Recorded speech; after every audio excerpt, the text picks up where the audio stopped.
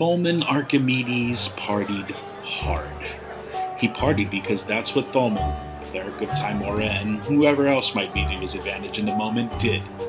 His infectious, gleaming smile lit up the common room, the Stonehill Inn. He enjoyed the brews imported from Neverwinter. Thulman Stonehill never did buy the foul concoctions that came out of the now-defunct Sleeping Giant tap house. He ate. He was, indeed, merry. Thulman's mind was full of ideas that he believed might just have a chance of fruition. Then again, Thulman, forever an optimist even while on the run from furious nobles, always felt that way. Thulman wasn't the grieving type, but Nundro and Thardan would need to be transitioned to Selenia, the celestial plane, to join Moradin in the armories of the great fortress of Arakanor. He believed that everybody who left home in the morning did so full knowing that they might not return. He was mostly surprised he'd made it this far, and he didn't feel that much, if anything, was guaranteed. He flipped the platinum piece onto the air and caught it, catching it without looking which side landed up. He was even more surprised at his genuine affection for Phandalin. What had begun as an attempt to flee Neverwinter, no matter the Hodunk town, had morphed into quite the adventure. He'd grown to genuinely care for the other heroes in this party. It was a strange feeling, and he leaned into it as the spirits began to loosen what little inhibition Thulman possessed in the first place. As wasn't uncommon for the dwarf cleric, he woke up the next morning underneath something. This time it happened to be one of the heavy wooden tables in the Stonehill Inn common room. Where was everyone? Thulman stood up, brushed off his stubbly beard. Unlike most dwarves, Thulman shaved his beard. He felt it hid his most treasured asset, that sparkling smile. But it had been some days since he had a chance to shave, and like most dwarves, his beard grew rapidly.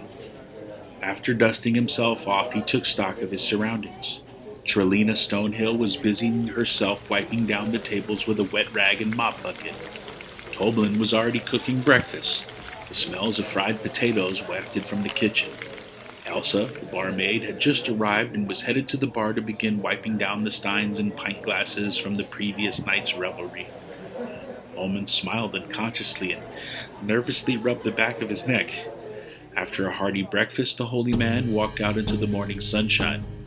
It was summer, but soon the leaves would begin transitioning to the bronzed colors of fall.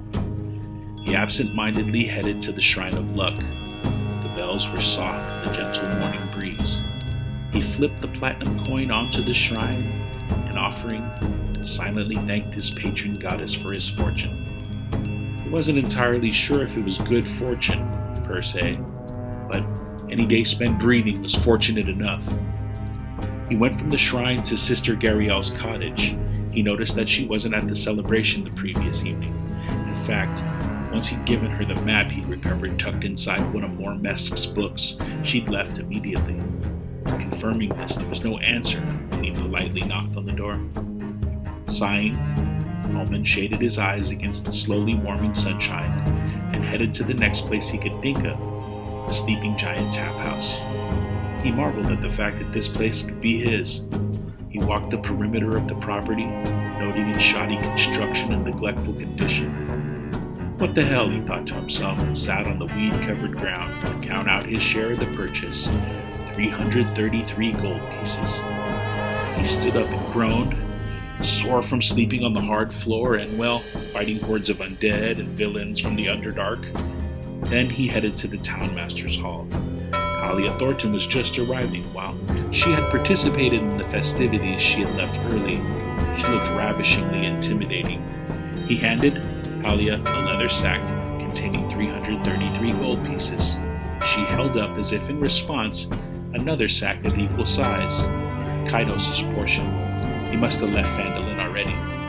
Alia pulled open the door to the hall and Thulman followed her in. She opened a drawer and pulled out the deed, handing it to him.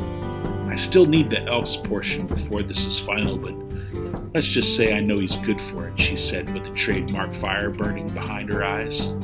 Thulman smirked. You dirty dragon. Thulman next made his way to his cousin's cottage. Gundren had taken up residence in a newer one opposite Gariel's on the road to Ettermath Orchard. As he approached, he waved, passing Darren Ettermath, apparently on his way into town. He knocked on Gundren's door. It pushed open. Thulman made his way through the newly purchased cottage. It was empty. Behind the dwelling, along with his mountain dwarf cousin Aldrich, the dwarf miner was busy preparing a pyre for his fallen brothers. There would be a ceremony tonight. He shoved the deed into his backpack and picked up a log and tossed it onto the pile. Tonight they would recall their ancestors, honoring their past deeds, sing songs composed of granite and sorrow, and send 2 dead rock seekers to their place by Moradin's side. This was a day of mourning. As evening approached, Thulman's hands were sore from stacking wood. The pyre was indeed grand. Tharden and Nundra would be proud. When the sun's last sliver slipped beyond the western horizon, a torch was put to the pyre. The orange light of the fire persisted throughout the night as the dwarves took turns leading songs of loss, telling tales of their exploits and those of their most famous relatives. Thulman, being a cleric, blessed the bodies of his cousins, and as the last embers simmered, orange veins of heat pulsing within the black, a small amount of ash was smudged onto the foreheads of those in attendance. Aldrich and Dwayne being the only 2 of the heroes to show up to honor the dead dwarves. The next morning, Thulman awoke in his cousin's common room, his bedroll spread out on the cold stone floor. He might be living in a house made of hard wood, but Gundren would be damned if his feet would call anything but trusted solid rock home. Thulman picked up his things and exited the house and headed towards the sleeping giant tap house.